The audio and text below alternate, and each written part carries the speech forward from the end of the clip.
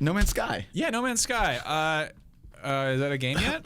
Yeah, It's I mean, a game? that's the thing. Like, I almost wish they hadn't. So they announced that it's coming in June of 2016. Yeah. I almost wish they would have just given us a date, because like giving us a nebulous window makes me nervous that this isn't going to stick. Yeah.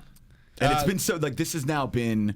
When was this first announced? It was the VGA's 2 years ago, 2013. Yeah. Mm-hmm. So I mean, like this will have been 2.5 years by the time it comes out, which is even longer than like Watch Dogs. You know, it'll be one of those things where like this is one of the longer. Kind of pissed off about that. You know. Well, I mean, it's like obviously a game like this is hard. They're a small studio. I completely get how ambitious this is and how I think this game looks really cool.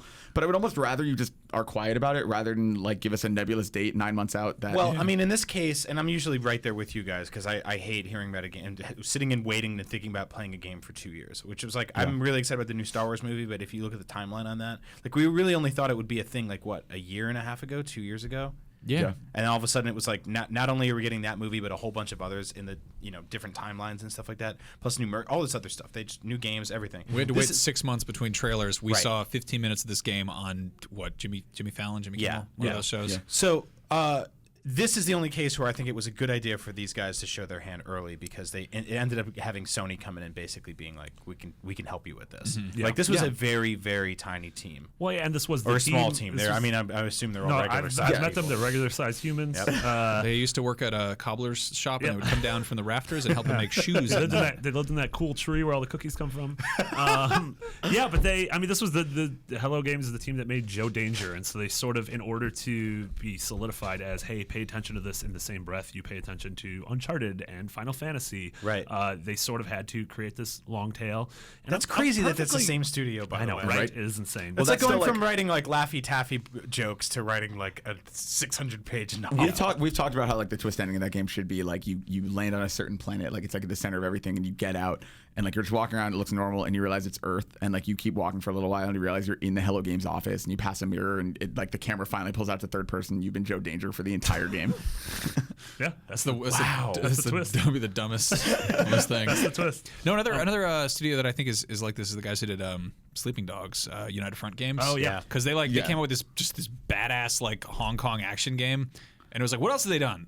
And it's Little like- Big Planet karting. Yeah, and then it was like, was there anything? It was one of their Mod Nation Yeah, that was Racers it. and- It was yeah. like, oh, whoa, all right. Yeah, Nobody would have they have taken their you hands in yeah. a lot of weird things. But yeah, I mean, that's why like there's so many very talented studios that you don't hear about because they're support studios, and then they come out of nowhere seemingly to make their own game, but you find out they've been there for like 20 years, you know? And I think it's like a really interesting phenomenon in games that like you have these studios that do nothing but support, like, oh, they made the multiplayer for this and blah, blah, blah. Yeah. And I don't know, it's interesting. Like, there's that studio, Certain Affinity, announced they had recruited the lead writer or the kind of franchise writer for all of Assassin's Creed fairly recently, Corey May, and that's it. Like, we don't know what they're doing, we don't know like what they're working on, but they said they want to get into AAA games, and that's like a pretty good name to start with. And I think like things like that are really interesting because like maybe they'll come out of nowhere. It's something really cool. Yeah. Like Armature announced Recore at E3, and it's like I really want to see what that studio can do when they're not making Batman Arkham Origins Blackgate. Yep. Yeah. Right. So just a couple interesting things about No Man's Sky. The nebulous June release date is interesting because it's like, well, does that mean it's coming out before E3, at E3, yes. or after E3? Exactly. Which E3 is the 14th through the 16th of June,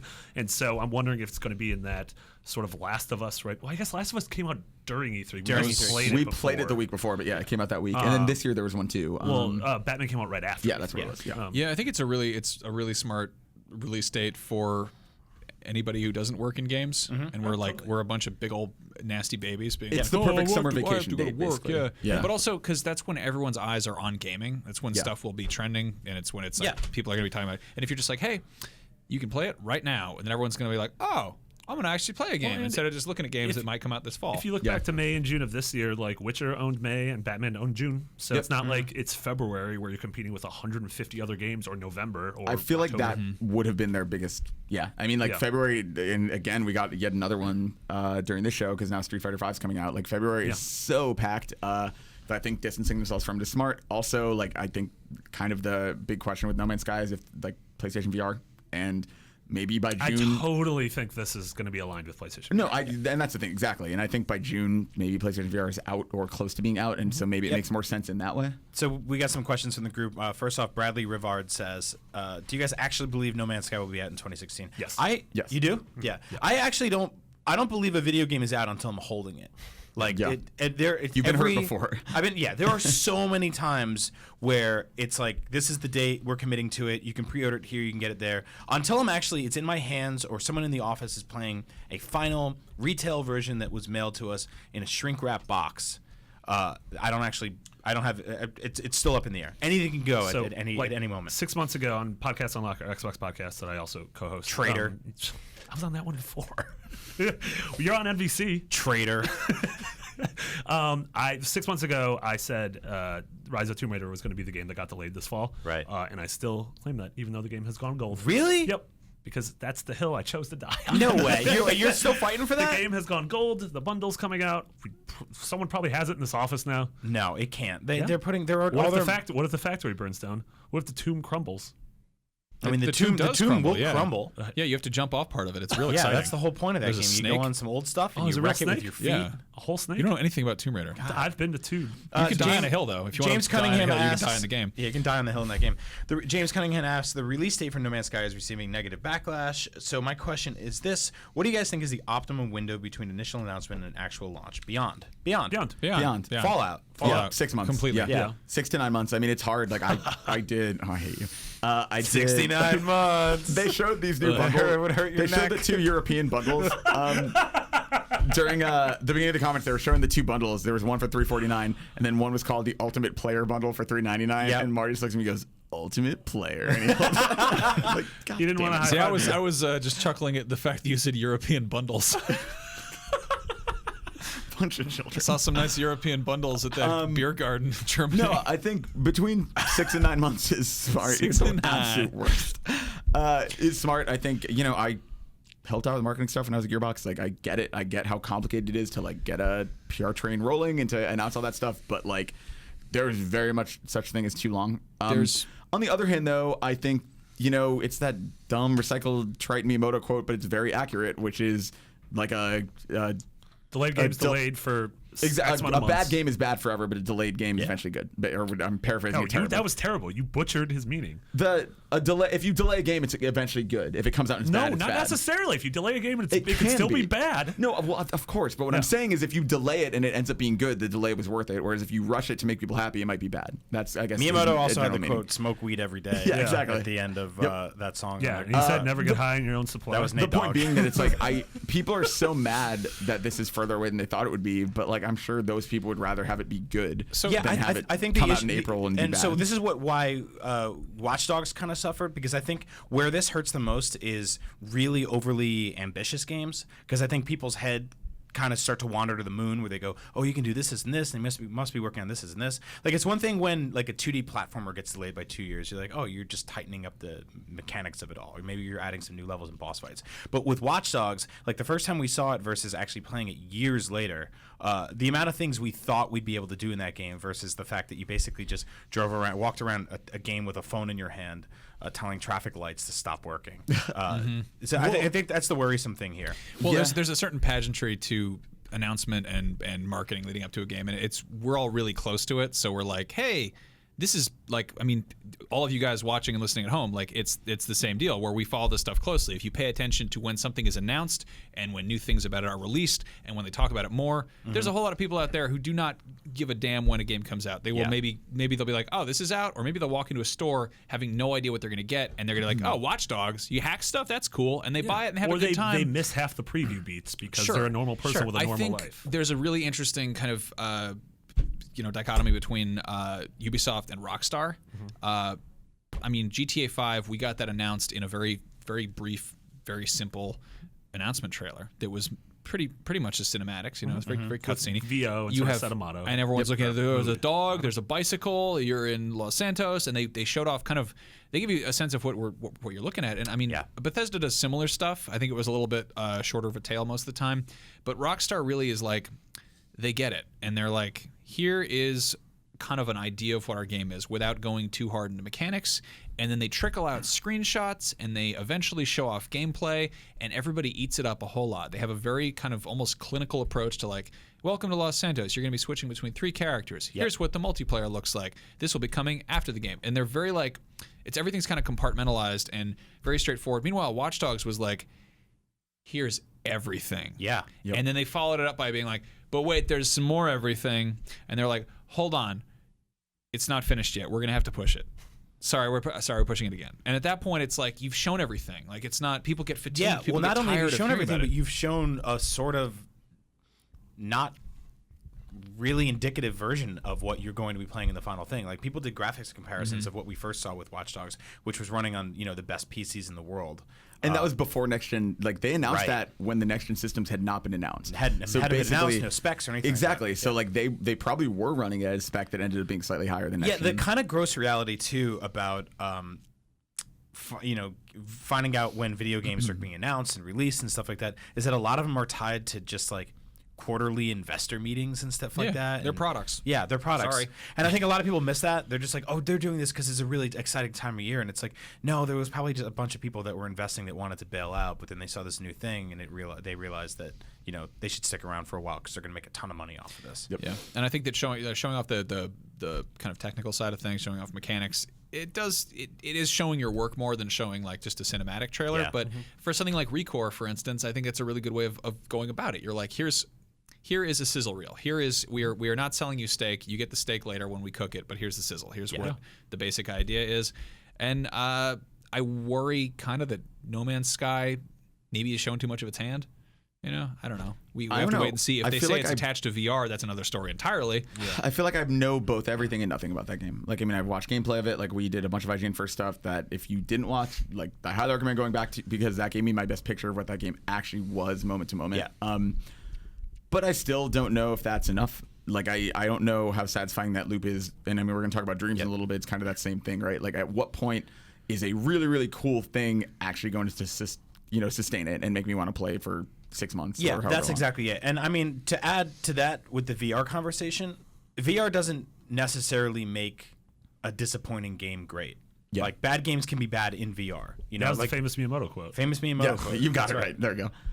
I think VR. I really don't like VR. Another famous Miyamoto quote is "Murder was the case that they gave us."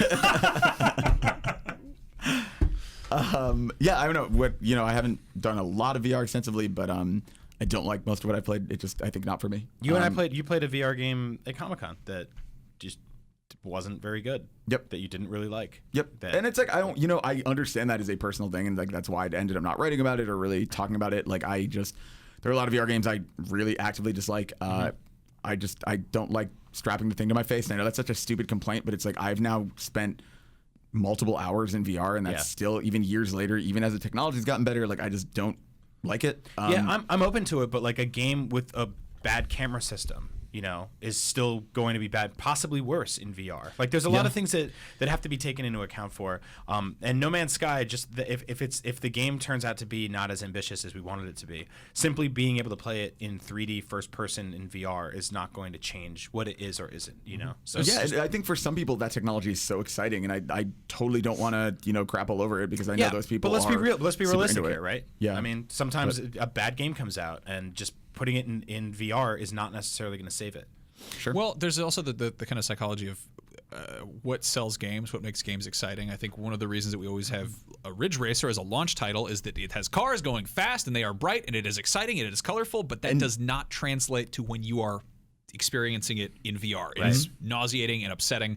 The camera system idea, like so far we've seen a lot of VR stuff. It's almost kind of inherently first person. Doesn't really have to be. It got announced that Tekken 7 is going to be coming to PlayStation VR, which everyone goes, why? Yeah. Yeah, and what was it? Insomniac during the Oculus conference showed a really cool third-person VR game. Yeah. It was like that ice exploration one. So I think that can be done, and I love those kinds of games. It's just like I think most of the time, for me personally, I'm probably going to prefer them with a controller, and I will keep trying VR. I hope I find that one game that makes me get it and makes me as excited as everybody else. But like having tested almost every single different, I've never played HoloLens, I guess, but having tested everything else, I'm just not. I haven't found that thing that makes it click for me yet. Well, it's sort of like when they put like You've Got Mail on Blu-ray, and you're like, well, why? Are you just padding? Are you padding the library here? Because Dave Chappelle is really funny in it. He's supporting, and it's that real cute. There's that scene where they're in the bookstore. Where Andrew, shut up. Damn it, Andrew. I mean, there was a whole VR. I mean, Shuhei came out, and there was an entire VR section Do you want to just go over a couple of the Yeah. things Yeah, really let's do quick? it. He was so happy and cute during that segment. I know he's the best. Yeah, shout out to Gio. GOSP. What a nice man. We got to get him back on the show soon. We will. Yeah. Crytek showed off I guess showed off again Robinson: The Journey, which they showed off. They revealed in June, but we didn't know what it was coming to. What year? They never. I mean, they showed literally concept art for it in Yeah. June. Like this is the first like footage we've seen of it, I believe. And it looks really cool. But that trailer was also kind of like what you were talking about earlier. Like it was like. I don't feel like any of that was the actual game. No, I none think of it that was was like in-game. sort of that. Yeah, that was that sort of proof of concept of what they Total wanted piece. to be. You're yeah. a kid sort of lost in space, and you have this flying robot companion that kind of looks like the ghost from Destiny. Or Ghost. It's Swiss Family Robinson. Yeah, totally. Yeah. I mean, Robinson. Yeah, literally. yeah. And then there's all sorts of dinos that look spooky. So we don't know what type of a game it is, but I mean, it looked. Some of the dinos looked cute. There were cute dinos, but then there there were were some spooky spooky dinos, ones, There's just a like humans, real bad one. and like Yeah. dogs. I've There's a real seen mean I've one at seen the a end. real nice dog, and then I saw a mean dog once. That's true. No, but I love that idea, and the stuff like trees look great in Crytek games. So this is really cool to see that, and I love dinosaurs. I think it's really cool. There's a more traditional dinosaur game. Yeah. I don't know what that really means when there's a robot flying around. Yeah, sure. Maybe they had those. We don't know a lot about those times. Yeah. With VR, we're kind of going back to really before the PlayStation was around, Yeah. when it was kind of like you could completely sell a game based on graphics alone, and it would be if you're like, it's got polygons, they're here, they're real cubed and sort of 3D looking, but in this case, it's like, how does that the gameplay? It's not that it doesn't matter. I'd say that it sort of matters less in VR. Yeah. Because if it's a lot easier for gameplay that isn't conducive to VR to really mess it up. Yeah. Well, and it's like the launch of any new platform, right? Like there are always those launch titles like on the Vita and PS3 and many other systems are guilty of it, where it's like they're trying to show off features, so they're like not the best games in the system because they're basically just there to introduce you to the idea of here's how this mechanic can work. Yeah. And then it takes 5 years for someone to figure out an actual cool application for that thing. Like I think VR, like all of these early games, like we're gonna look back on, and there'll be the ones where it was like, oh well, that was a proof of concept, but here's how, like here's when it became actually like a valuable tool for gameplay. Yeah. I have no doubt it can get there. Like as long as people actually like support the platform when it launches. You look at a game like Knack and watching the character blow up or expand or shrink based on the different voxels and stuff like that, and bits and pieces of them gathering, really just showed off what they could do with the character models in that game. Yeah. But then you look at Resogun, and they basically had cubes exploding everywhere, and now that's what their next game looks like. So Yeah. I think you're totally right in that it's like, here's a tech demo for something that's never fully truly realized, but they're treating VR like it's going to be a console launch. Yeah, I mean they had a sizzle reel where they showed a bunch of different things. They showed a Battlezone remake. They showed rigs. They showed Final Fantasy XIV Heaven's Sword, which I mean so many people in this office are obsessed with that. So that's and during TGS they had a big screen of all the people developing for PlayStation VR, which is really cool too, because there's Danganronpa, there's Final Fantasy XIV. There were a lot of cool little there were a lot of studio names up there where you're like, that could be really interesting. Yeah. So I don't know. I think PlayStation VR, having the backing of Sony behind it, and PS4, everything has gone so well so far. Like I really do have a lot of faith in Sony's first-party studios that they can make something really cool for it. And I don't want to discount the platform. I don't want to come across as somebody who is just like crossing his arms and patting his feet and saying no to it. I just so far haven't enjoyed it at all. Yeah, I think I can get there. I was gonna say I get that a lot, where we try to have conversations on this show about how, not that we're skeptical about VR, but like, let's look at the entire situation here instead of just like, it'll change the world, it's the future. Like, we can call it those things and also sort of be like, yeah, but what about this? And yeah, what about that? Like, I'm on board. I think I love the idea of VR, but the games have to be there and they have to be mechanically sound, and I don't want to spend a ton of time in that helmet if it's going to be disorienting and weird, and I'm just playing bad launch. It's a Vita all over again too. Like if people support it, if it does really well, then you'll get a million more VR games. If no one buys it at launch, then you're not going to get many more VR games. Yeah. I think it's a little bit different because you look at the Vita and it looks like an overpriced Game Boy to the general public. You look at VR, it looks like of course stock image for the future. But it's still going to be a whatever $300, $400, $500 thing. Sure. I'm just saying, like any platform, like if no one buys it, they're not going to make games for it. We're talking about. I think there's the Tekken 7 thing is really fascinating because that's like the first really big name like third person game we've seen with VR. Yeah, and I'm kind of thinking about it over here. I talked to Ted Price about the Insomniac game. I think that's an Oculus game. It is. It was at the Oculus event. Yeah. And then there's also another one by one of the guys who worked on Words with Friends, I want to say. Was that the third person platformer? Yeah, the Lucky the Fox. Yeah. Oh, right. And it was kind of I haven't felt as saying something. I haven't felt that stupid asking questions in quite a while because you're like, why did you make a third person VR game? And effectively it makes the camera control on the controller sort of unnecessary because it's one of those. I haven't actually done it myself. I'm really curious about how it works. Oh, I've done some of them and they're awesome actually. In theory, it's it's the most intuitive camera control you could have. So you're only using, you're going back to how it was when you're moving your character with one stick. Yeah. With something like Tekken, it makes a ton of sense because you got to think about in terms of scale. Because look at like when somebody modded VR support for Team Fortress 2, and they had like the Scout who, if you're doing it in terms of 1-to-1 scale, is running at like 70 miles an hour or something, which human beings are not supposed to be doing when they're, if your eye line is 6 feet off the ground and your things should not be moving that fast at you, that's horrifying. And we kind of, you get the hang of it, playing when you're playing as a video game, kind of more traditionally.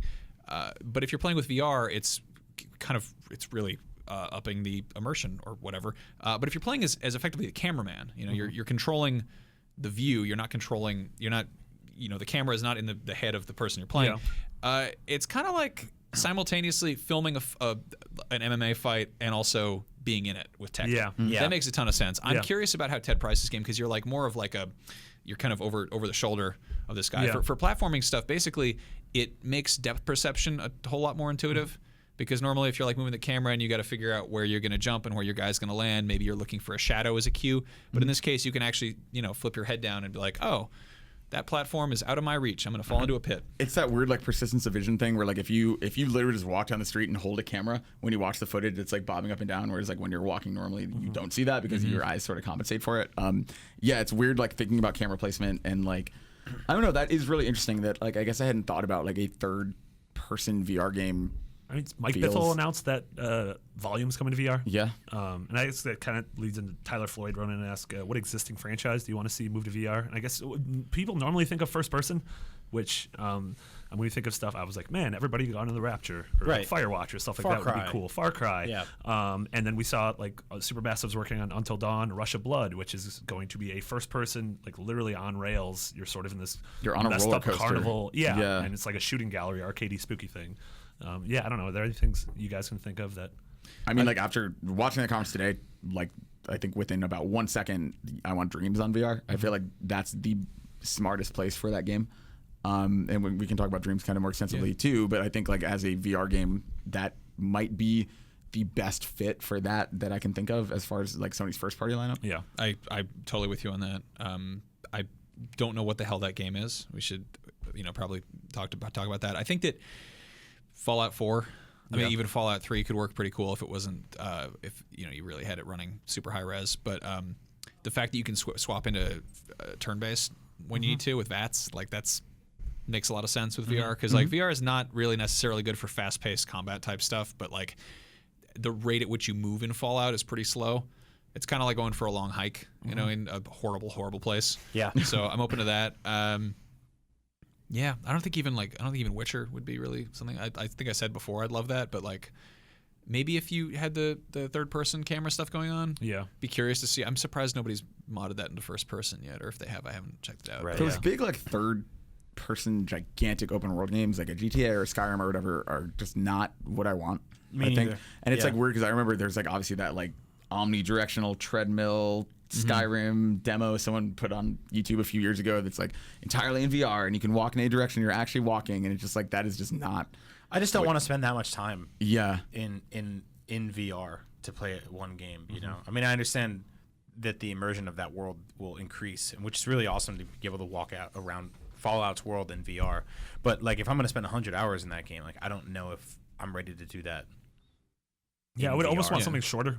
I mean, I'd swap in and out. I wouldn't want to put the whole thing in there. But like the idea that you can you really, I guess, get a sense of space, like walk into a building and like look up and see the roof, and like, or just, when you're rooting around in an old toilet looking for buckets of Dandy Boy apples, like maybe I want to see that. Well, and that's like the swapping in and out thing is the biggest unanswered question for me with PlayStation VR, which is that we have yet to see that big marquee game that is both. That is, hey, if you want to throw on your PlayStation VR headset, play for a while in VR, then take it off, sit in your couch, play with a normal controller, do your thing. Like, that is sort of really interesting to me, and I wonder if they'll let you dip your toe. That has to be. No Man's Sky feels like the perfect testing bed for that. Like because again, like a huge like a Horizon actually, something like that is really smart. Because like like a lot of people talked about like Drive Club, because I guess Evolution were the ones testing the VR headset. That makes sense to me. But like driving games and things like that are less interesting than maybe that open world idea like Max was saying, or like a No Man's Sky. But yeah, it's gonna be really curious to see what gets attached, because there will be at least one thing that works with, like one big thing that we are all like, holy crap, this is on VR. Yeah. We got, on the Vita got an Uncharted game. There's going to be something like that. Yeah, I think that's like one of the big things that must be waiting to reveal. What if it's DOA Extreme? Maybe it's God of War. You can rip someone's heart out, literally. Really awful. Really awful.